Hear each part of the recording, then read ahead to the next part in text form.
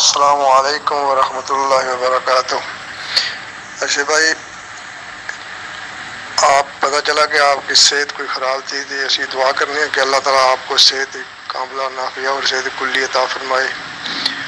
اور ایک مسئلہ عرض کرنا سی کہ عید الفطر والے دن کوئی نفل بندہ پڑھ سکتا ہے صبح کے ٹائم اشراق چاش، یا آپ اپنے اشراق دے یا چاش دے نفل پڑھ سکتا ہے بندہ؟ اس مسئلے میں ذرا وضاحت کرنا، جزاک اللہ خیر۔ السلام علیکم ورحمۃ اللہ وبرکاتہ۔ وعلیکم السلام ورحمۃ اللہ وبرکاتہ۔ جی ہاں، عید کے دن بھی نفل نماز پڑھ سکتے ہیں، لیکن عید کی نماز کے بعد۔